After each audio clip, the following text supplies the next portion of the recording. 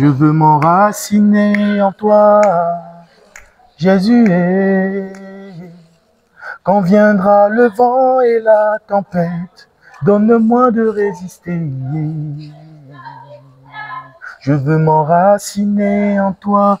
Je veux m'enraciner en toi, Seigneur.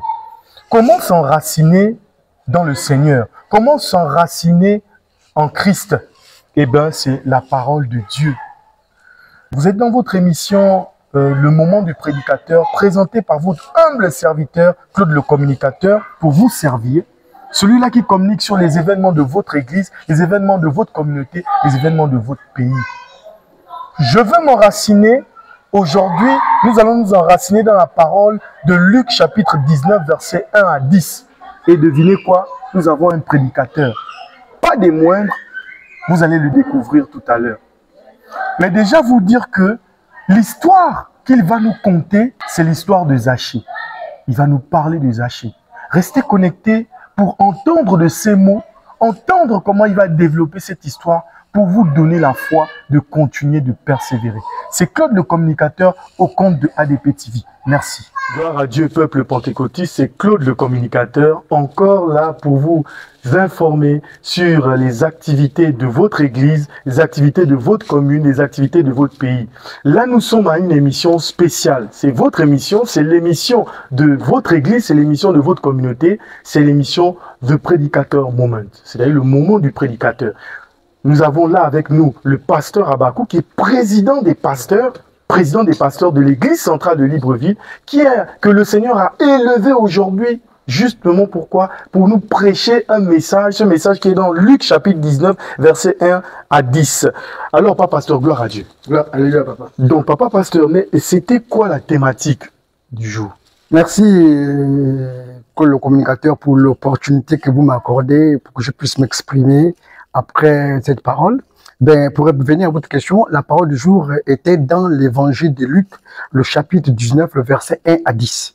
D'accord. Et la thématique, maintenant, qu'est-ce qu'on retient comme thème? Alors, il faut comprendre que cette parole n'avait pas une thématique habituelle. Parce qu'habituellement, lorsqu'on prêche la parole, on sort un thème. Mais cette fois-ci, Dieu m'a amené à parler, à étudier avec le peuple le personnage principal de l'extrait des textes. Et ce personnage était autre que Zachée. Donc, le personnage principal était Zachée. Zachée, bon, est-ce que Papa Pasteur Abakou, ou on appelle encore Papa Onkassa, David Wenceslav, est-ce que Papa Pasteur peut nous faire un résumé de cette histoire on parle là de Luc 19, verset 1 à 10, c'est vraiment beaucoup de versets. Merci, cher communicateur. Il faut comprendre que dans ces passages, je disais qu'il s'agit du personnage principal qui est Zachée. Zachée, c'était un collecteur des impôts. Donc, la Bible dit qu'il était riche. Mais il avait entendu parler des merveilles de Jésus. Et ayant entendu parler des merveilles de Jésus, il va donc courir, chercher à croiser le Seigneur Jésus-Christ. Malheureusement, il avait en face de lui des obstacles, notamment la foule, mais aussi il était de petite taille. Mais ayant les obstacles, il a fallu qu'il mette en place des stratégies en vue, n'est-ce pas, de contourner ces obstacles. Et les stratégies qu'il a mises en place avaient deux fondamentalement, c'était le courage et la détermination, afin qu'il puisse atteindre, n'est-ce pas, l'opportunité qu'il visait, qui n'était autre que la séduction du Seigneur Jésus-Christ. Et faisant chemin, eh bien, il a pu atteindre l'objectif. Et la Bible nous dit que lorsqu'il est monté sur l'arbre, eh bien, le Seigneur, en passant, a vu son regard sur Zachée. Il a dit, Zachée, descends, je vais aller souper dans ta maison.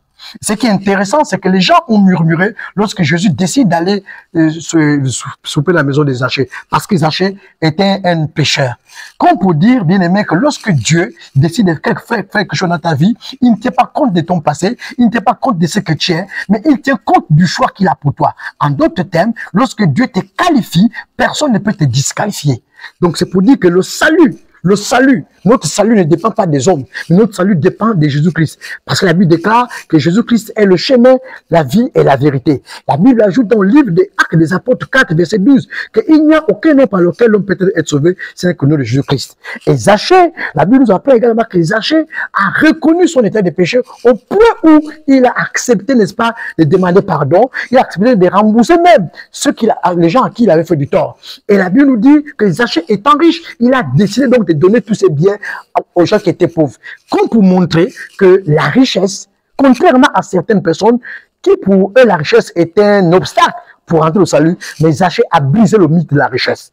Malgré sa richesse, il a compris que la véritable richesse était au ciel et non sur la terre. Très bien, la véritable richesse était au ciel et non sur la terre, mais lorsque le pasteur a développé cette partie où Zachée a su se démarquer pour que le Seigneur puisse le remarquer, le pasteur a donné deux termes, courage et détermination. Pasteur, la caméra est là. Il y a des jeunes dans l'église, il y a des mamans dans l'église.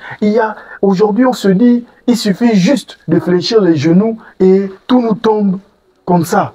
Mais est-ce qu'il n'y a pas des ingrédients qu'il faille ajouter dans la foi? Très bien, très bien. Évidemment, pour revenir sur les stratégies, il faut dire que Zachée a fait appel au courage, je le disais, et à la détermination. Ça veut dire que lorsque nous sommes dans l'église, lorsque un problème nous dépasse, il faut que nous soyons capables de faire appel au courage. Et c'est ce que le Zachée a fait pour que nous puissions, n'est-ce pas, il puisse, n'est-ce pas, affronter la foule qui était en face de lui. Et le courage était un moment important dans la vie d'un chrétien. Très bien, pasteur. Là, vous avez développé la partie du courage à la détermination. Mais vous avez aussi émis quelque chose qui est très, très intéressant. C'est du fait que ce personnage a donné tous ses biens. Pasteur. Qui peut, à l'heure actuelle, donner tous ses biens? Ah ben justement, c'est pour comprendre que si quelqu'un est encore assis sur le bien matériel, c'est qu'il n'a pas encore connu la richesse céleste.